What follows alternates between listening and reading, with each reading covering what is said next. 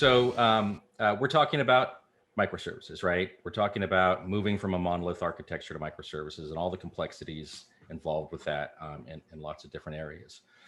So let's start with that piece, with moving from a monolith to a microservices architecture. By 2022, IDC predicts that 90% of all new apps will feature a microservices architecture. Some of the drivers behind that, obviously, are the improved ability to design, debug, update, and leverage third-party code. All that stuff microservices brings to the table for you. However, transitioning an existing application from a traditional monolith architecture to microservices architecture can be very, very challenging, as most everyone who's tuning into this knows. So what advice can we give to people in terms of getting started down this path? And Vivek, maybe we can start with you and just give us your quick response to that. Yeah, absolutely. I think it's a kind of broad topic, but I think there's this, there's a very high level concept as, monolith and microservices. I think it also depends on your journey, your team's journey. So if you have like a small team, a startup kind of, coming up, what's the choices they have? Do they go full-blown microservices or they start with monolith? I think the key is really that how do you design your services? And what it means really is that you kind of architect your systems that is very flexible, because you have a challenge to kind of, microservices has its own challenges in the sense that, how do you, like the whole maintainability, monitoring and so many aspects of it, and the complexity it brings with it. So a small team, go monolith, but then it's not a traditional monolith. You have to have a monolith that is very flexible, in a sense that the services are such that you could have router in the front and you could have services, it's the same binary, same code base that basically you can deploy multiple places and have each instances kind of, scale differently. So there is that aspect of that. And then on the other spectrum, you could have that everything is basically its own piece, right?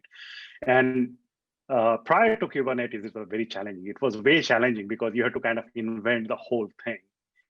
With Kubernetes, it's kind of easier. It is becoming more of a utility, I would say, where just like, your operating system, you have Kubernetes now, and it's becoming more and more the knowledge of it. There's still complexities around it, but I think anyone kind of is starting that path, right? The learning curve is very steep. Right, to start, okay, you want to do microservices, then you have to have your operations there. You have to have DevOps trained to kind of operate Kubernetes systems. Then you have to have developer who understand the Kubernetes aspects of it. And I think that's where I think there's choices to be made in terms of like training and everything, or adopting tools where they can kind of make your adoption curve and, go to market time quicker. So I think there are these aspects. I think that is something you would like to consider, right? Going that path. Jim, you're muted, but I think you're talking to me. Yeah, Patrick. Yeah, over to you. How about you? Yeah. What do you think on this topic? So I have so many thoughts on this topic, but I want to start with the thing I've said the most is kind of that ongoing meme right now. Like, I don't know who needs to hear this, but microservices are a tool. And I know I totally believe IDC. I think that's likely to happen. We're going to see a lot of people shift that way. But remember, it's a tool, like a hammer. Like, it's an architectural decision. It's not a magic wand. So don't expect, because you have performance problems or you have scalability problems or whatever it is, moving to microservices is going to fix all that. If those problems have to do with your code base and like how you've specifically made certain decisions, like making the same decisions in a different architecture isn't going to fix that. It's like there's an old joke, like you can write bad C++ code in any language, right? Like that's the same thing. So be careful about the decisions you're making and don't assume that being in microservices is going to somehow fix that. And to Vivek's point, like for certain teams, like maybe actually just a monolith makes sense, go that route. But if you're choosing to go that route, make sure you're doing so thoughtfully. Another thing that I'd like to point out is one of the beauties of microservices is the flexibility of it. You can choose what stack makes sense for each workload, and that's awesome. But keep in mind that also means that each team could decide to use a different work tracking software or have a different wiki that they've done. And like that flexibility can actually cause a lack of like that tribal knowledge gets stuck in that team. And one of the core problems that companies face when deploying microservices or building microservices is being able to have each team able to discover other microservices inside their own company.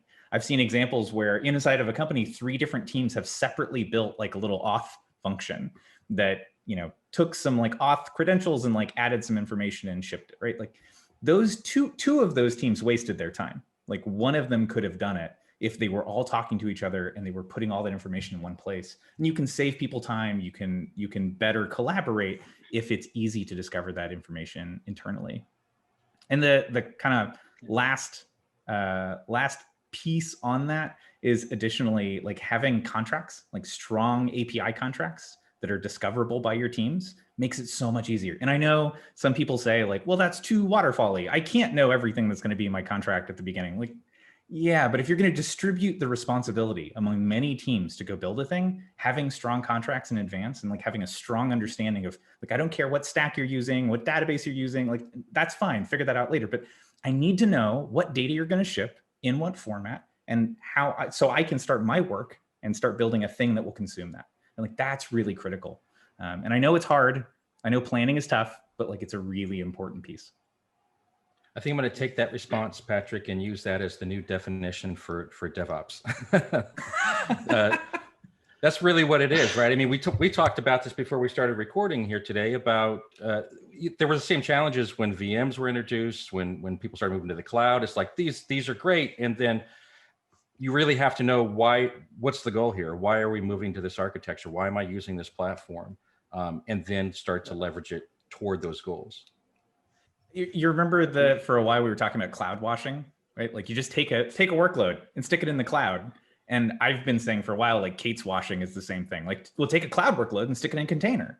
And like we have the same problem that we're facing here. And it doesn't like portmanteau as well, but like microservice washing is like just as dangerous. Be thoughtful with your tools. Yeah, I think, you know, the whole cookie cutting approach doesn't really work with anything, right? And in the sense that I really like the way you put it, it's a tool, right? And of course it is. And like any other tool, you can't apply it to everything. And the whole kind of, you know, the proliferation, I mean, I have seen teams where they would, by design, they will start kind of, you know, going all the way from having microservices as specific teams, and they just go full blown to begin with. And then they kind of get into this kind of very messy kind of procedural as well as architectural challenges to begin with, in terms of designing their or architecting their whole system. So I think my advice really will be that there are pitfalls that way, right? So you want to go, like, you start with something and pay attention to, like, you know, the contracts are super important, how you want to, like, the whole, what's your use base? Do you want to have, like, you know, Instagram kind of load to begin with, or do you want to just start with in a way to architect that you want to ship first and develop iteratively? You want to be cheap, right? I mean, you want to just quickly build things, give it out there and build it iteratively, and continue designing in a way and architecting systems in a way that kind of evolves into this kind of, there should be a path to begin with that, okay, if we have to evolve into this microservices horizontally scalable kind of system, right? How do you get there, right? So you kind of pay attention to those aspects when you begin, and then let the system evolve itself, right? And then go and, you know, get into Kubernetes and everything else that's out there in terms of how you really implement. And that also helps you kind of decide on the process. Your process also can evolve, you know, agile process or whichever process that works best for you to kind of organically let it grow, versus just kind of, you know, have very prescriptive way of, you know, running the whole project, right? So, yeah. That's a really good point. Just to kind of tack onto that, like there's no reason. I just talked to a customer and it was awesome. I'm very proud of the work they're doing, but they were taking their monolith and basically diving in head first and breaking it into like 150 microservices over the next 2 years. It's like, that's awesome. Good luck. Like, I'm really proud of you for being so brave. But at the same time, you can also peel it off slowly. And maybe that doesn't work for everybody. It's case by case, right? But there's no reason you have to like plot out a grand vision of breaking everything out today. Take that one service that's really broken and go spin it out as a microservice and refactor your existing monolith to go use that instead. And like start pairing things off and iteratively improving. Like you don't have to blow it all up with dynamite.